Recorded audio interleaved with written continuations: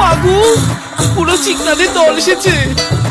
My country, my people, all চিকনাস। সখাবাবু, আমাদের বন্ধু আর ওদের স্ত্রীরা এসে গেছে। আচ্ছা। আর দুটো রুম লাগবে। ও, হয়ে যাবে। হানিমুন বুঝি? হ্যাঁ সখীদা, হানিমুন। ও, দুষ্টু ছেলে, সখী নয়, সখা।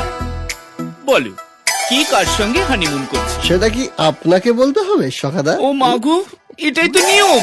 যে যার সঙ্গে শুভ দৃষ্টি করেছো তারাই তো হানিমুনে চাঁদের মধু খাবে।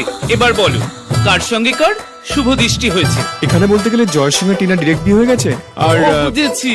জয় বাবু আর টিনা একটা ঘরে, আর উনি থাকবেন আর একটা ঘরে। নো, আমি টিনার সঙ্গে থাকবো। হ্যাঁ, আর জয় থাকবে আমার সঙ্গে। তুমি কিছু বলছো না কেন? ও, গাছেরটাও খাবে আর তলাটাও কুড়াবে? এই তো থাকা থাকি নিয়ে একেবারে সর্বত্র চেপে দেখছি। বলছিলাম, এতই যখন গন্ডগোল হচ্ছে, দুটো ছেলে দুটো মেয়ে আলাদা আলাদা ঘরে শুলেই হয়। সেটা আমরা বুঝবো। আপনি ঘরের চাবিগুলো দিন তো। জাস্ট মিনিট, এই নে। Thank you. চলো চলো চলো।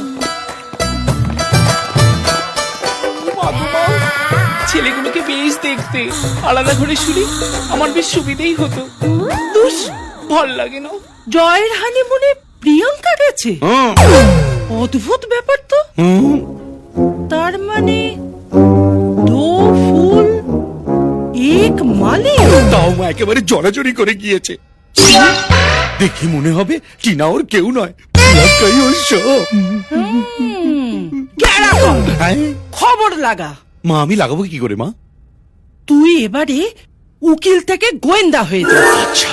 সোজা ব্যাংকক চলে যা, খবর নে ওদের আসল মতলবটা কি।